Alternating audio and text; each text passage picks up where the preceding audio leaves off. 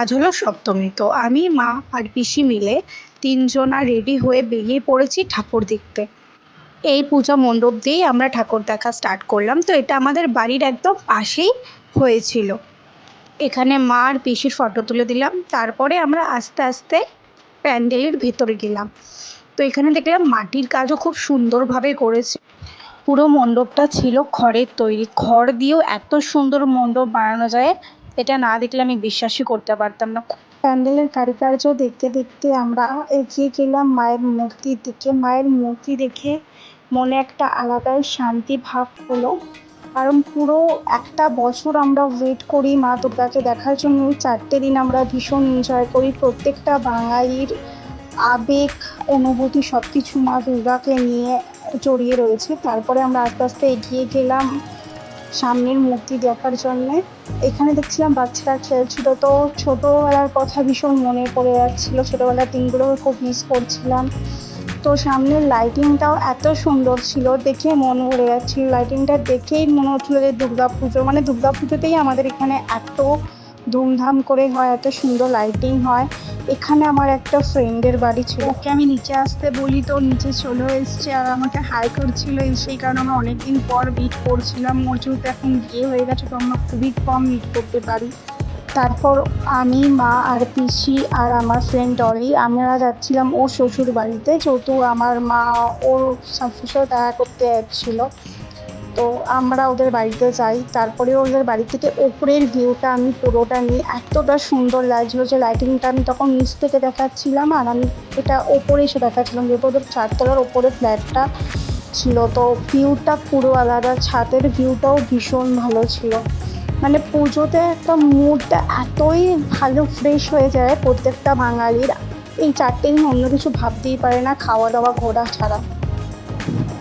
তো আমি তারপরে ওর ঘরে এসে দেখি যে ও আমাদের জন্য কফি বানাচ্ছিল আর আমার মা, পিসি, ওর শাশুড়ি ওদিকে ব্যালকানিতে দাঁড়িয়েছিল। দেখছিলাম আমার ড্রেসটা ঠিক আছে কিনা। তারপর দেখলাম যে ও কফি বানাচ্ছিল, ওর কাছে গেলাম। বিয়ের পর মেয়েটা কত কাজ করছে, কী করবে, বিয়ে হয়ে গেছে না। কফিটা করে ও মা, পিসি আর শাশুড়িকে রাখতে গেলো। তো তারপরে আমরা সবাই মিলে কফি খেলাম, একটু গল্প করলাম। তারপরেও আমাদেরকে নিচে ছাড়তে এলো, আমাকে বাইক ঘুরতে বেরিয়ে গেলাম। আবার ফুচকা আঙ্কেলকে দেখে ফুচকা খেলাম। গান দিয়ে বেলুন ফাটানো দেখে আমিও ভাবলাম একটু ট্রাই করা যাক। তো 5টা চান্স ছিল আমার কাছে, আমি সেখানে একটাই চান্স পেরেছি আর বাকি 4টে মারতে পারিনি। একটা গানশট মারার পর আবার যখন ঘুড়িটা পড়ছিল এটা আমি এনজয় করছিলাম। তো ওদিকে পিসি ঘুগনি নিয়ে নিয়েছিল, তো তারপরে ঘুগনি খেলাম আমি, পিসি, মা 3জনা মিলে। তো ঠান্ডা কিছু খেতে ইচ্ছা করছিল তাই আইসক্রিম নিয়ে নিলাম। এখানে বাপিকে ডেকে নিয়েছিলাম, তো বাপির গাড়িতে বসে আমরা যাচ্ছিলাম আবার ঘুরতে, মানে অন্য প্যান্ডেল দেখতে। তো বাপি এখানে আমাকে একটু বকাঝকা করছিল, কারণ বাপি বলছিল চাউমিন খাবি না রোল খাবি। তো আমি বলছিলাম কিছু খাবো না, সেই নিয়ে একটু বাপির সাথে একটুখানি বাপি আমাকে বকাঝকা করলো। তারপরে আমরা যাচ্ছিলাম ঠাকুর দেখতে। তো এখানেও খুব সুন্দর লাইটিং করেছিল, সেগুলোকে আমি এনজয় করছিলাম, প্লাস মারাও দেখছিল। এখানে আমাদের একটা চেনা পরিচিত আঙ্কেল আর আন্টির সঙ্গে দেখা হয়ে গেছিলো, যারা রোলের দোকান দিয়েছিল। তো বাপিকে বলছিল রোল খাওয়ার জন্য, আমাদেরকেও বলছিল খাওয়ার জন্য, বাট আমরা যেহেতু এই সবে কিছুক্ষণ আগে ফুচকা আর আইসক্রিম খেয়েছিলাম তো তার জন্য আমরা খাইনি। তো আন্টি, আমরা, মা, বাপি সবাই মিলে ঠাকুর দেখতে গেলাম। এই পুজো মণ্ডপেই আমি অনেক ছোট থেকে অঞ্জলি দিতে আসতাম, কিন্তু এখন আর আসতে পারি না, কারণ আমরা যেহেতু ভাড়া থাকি তো আমরা এখন স্টেশনের সামনে একটু দূর পড়ে যায়, তাই আসতে পারি না। সবাই আমরা ফটো তুলছিলাম, তো বাপি আসতে চাইছিল না, যেহেতু বাপি নর্মাল ড্রেস পরেছিল। বাড়ি এসে আমরা আবার বেরোই ঠাকুর দেখতে, কিছু ঠাকুর দেখা বাকি ছিল। বাপের টোটোয় বসে আরামসে ঠাকুর দেখার মজাটাই আলাদা। তো বিনা চিন্তা আরামসে ঘুরছিলাম। এই প্যান্ডেলটাও আমরা দেখতে এলাম, এটাও খুব সুন্দর করেছিল, বাট এটার থিম ছিল অসুরদের নিয়ে।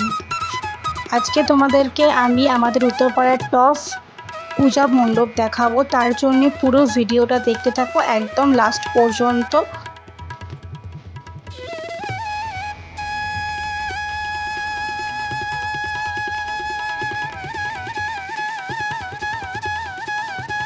সামনেটা খুব সুন্দর ময়ূর করেছিল।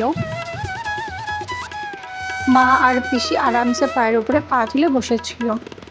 এইখানে ছৌ নাচের থিম করেছিল। এখানে খুব সুন্দর একটা থিম ছিল, যেটা খুব কম দেখা যায়।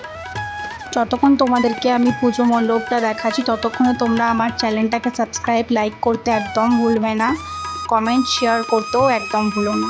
যারা যারা আমার এই পুরো ভিডিওটা দেখছেন তাদেরকে অসংখ্য ধন্যবাদ পুরো ভিডিওটা দেখার জন্যে আর আমার পাশে থাকার জন্য। Thank you so much. এটা ছিল আমাদের উত্তরপাড়ার টপ পূজা মণ্ডপ, যেটা প্রত্যেক বছর ফার্স্ট হয়। তো এবছরও ভীষণই ভালো বানিয়েছিল। এটার উপরেই এত সুন্দর প্যান্ডেলটা বানিয়েছে, তো ভেতরে তাহলে কি বানাবে, তো চলো দেখা যাক ভেতরে ডেকোরেশন কী করেছে। এটা প্রবেশ গেটটা।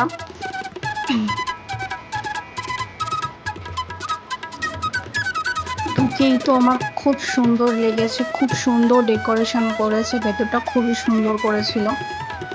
তারপরে যখন আরেকটু ভেতরে দেখি আর ওপরের দিকটা তাকাই, ও জাস্ট অসাম ছিল, খুবই ভালো করেছিল, খুবই ভালো করেছে। লাইটিংটাও এত সুন্দর করেছিল যার জন্য পুরো পুজো মণ্ডপটা খুবই সুন্দর দেখতে লাগছিল।